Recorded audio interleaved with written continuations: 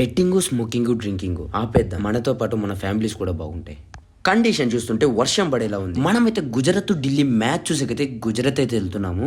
ఇప్పుడే బైక్ లో petrol ఇప్పించుకొని railway station కి అయితే స్టార్ట్ అయిపోయాం. బెంగళూరులో చీపెస్ట్ వరస్ట్ ప్రోడక్ట్స్ ఎక్కడైనా దొరుకుతాయంటే అది ఈ under ground Majestic under ground లో మాత్రం. అర్జెంట్ గా కౌంటర్ లో టికెట్ తీసుకొని ప్లాట్ఫామ్ 9 కి వెళ్తే ట్రైన్ ఇంకా రాలేదు. ఇలాంటి కోతి చేష్టలని రైల్వే స్టేషన్ లో మాత్రం ట్రై చేయకండి. పోలీస్ చూస్తే ఎంతన్నా ఫైన్ ఇచ్చు. ఫైనల్ గా అహ్మదాబాద్ వెళ్లే ట్రైన్ అయితే వచ్చేసింది. జనరల్లో పొజిషన్ చూస్తుంటే దీనికన్నా బస్సులో వెళ్ళేది బెటర్ ఏమో అనిపించింది. మనం ఇన్ని స్టేషన్స్ దాటుకుని వెళ్ళేసరికి 32 to 33 hours టైం అయితే పట్టుద్ది. అలా మార్నింగ్ లేచి చూసేసరికి ఇంకా కర్ణాటకలోనే ఉంది. మనం అలా బ్రషింగ్ చేసి ఫ్రెష్ అప్ అయి వడాపావ్ అయితే తినేసాం. అలా నేచర్ ని ఎంజాయ్ చేస్తూ ఓకే, ఇప్పుడైతే ఫస్ట్ టైం అనమాట నేను లైఫ్ లో నార్త్ ఇండియాలోకి అయితే వచ్చేసాను. మిరాజ్ జంక్షన్ లో ఉన్నాము. ఇంకా దగ్గర 20 hours అయితే పట్టుద్ది ఇంకా మేము అహ్మదాబాద్కు వెళ్ళాకైతే. ఈ స్టేషన్లో దిగి ఫుడ్ అయితే తినేసాము.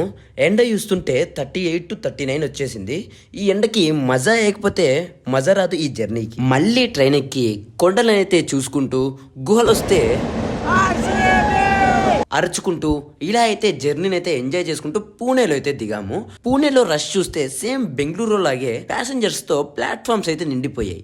ఎలా గడిచిపోయిందో తెలీదు. నైట్ అయితే అయిపోయింది. కడుపూరికే ఉంటుందా, చికెన్ తేరా అనింది. మనమైతే గుజరాత్ స్టైల్లో చికెన్ థాలీ ఆర్డర్ చేసాం. రైస్ తో పాటు 2 చపాతీలు ఇచ్చారు. తినేసి పడుకునేసరికి సక్సెస్ఫుల్ గా అహ్మదాబాద్ జంక్షన్ లో అయితే దిగేసాము. స్టేషన్ బయట నుంచి వ్యూ చూస్తే ఇది స్టేషన్ ఒక బిల్డింగ్ అనిపించింది. ఆటో ఎక్కి మేము బుక్ చేసుకున్న హోటల్ దగ్గరికి అయితే వచ్చేసాము. బయట చూసేకి ఇలా ఉంది కానీ లోపల మాత్రం చాలా లగ్జరీగా ఉంది. ఇంకా ఫ్రెష్ అప్ అయ్యి గుజరాత్ ఢిల్లీ మ్యాచ్ టికెట్ కోసం అయితే మెట్రో ఎక్కి టికెట్స్ ఇచ్చే ప్లేస్ దగ్గరికి అయితే వెళ్ళిపోయాము.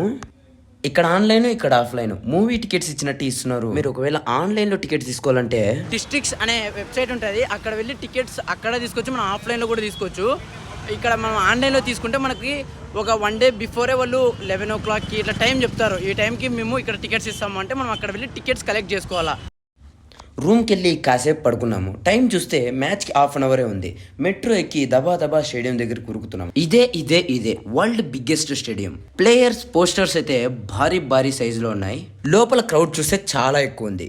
మాకైతే ఇక్కడ నుంచి చూస్తుంటే ప్లేయర్స్ అయితే అస్సలు కనపడట్లే. ఇక్కడ నుంచి చూస్తే మ్యాచ్ అయితే కిక్ రాదని ఎలాగలో కిందికి వెళ్ళాలని ప్లాన్ చేసాం. ఎలాగో ఒకలాగా ధైర్యం చేసి కిందికి అయితే వెళ్ళిపోయాము. కిందికి వెళ్తే ఊరికే ఉంటామా? ఒకసారి సౌండ్ వినండి. మేము ఇలా అరుస్తుంటే పక్కన నుంచి మంచి లుక్స్ అయితే వస్తున్నాయి. ఎందుకు వచ్చిందిలే అని అరవడం అయితే ఆపేసాం. ఇదిగో ఇలాంటి పెద్ద కెమెరాస్ తోనే షూటింగ్ అయితే జరుగుతుంటది. బ్రేక్ టైమ్స్ లో ఆడియన్స్ కి బోర్ కొట్టకూడదని కొన్ని యాక్టివిటీస్ అయితే చేపిస్తుంటారు.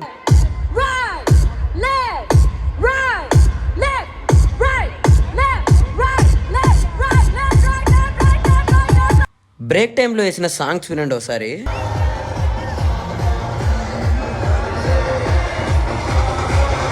ఫైనల్ గా మ్యాచ్ అయితే గుజరాత్ విన్ అయిపోయింది. ఇంకా మ్యాచ్ అయిపోగొట్టుకుని మెట్రో స్టేషన్ కి వెళ్దామని చూస్తే అక్కడి నుంచి అక్కడికే 1.5 సేపు అయితే టైం పట్టింది. ఇంకా అక్కడే తినేసి రూమ్ కి వెళ్ళి పడుకున్నాము. Day 2 అయితే మంచి ప్లేసెస్ అయితే తిరిగాము. ఒక్కసారి సబ్స్క్రైబ్ కొట్టి చూడు బ్రో, మంచి కంటెంట్ మీ ముందరికి తెస్తా.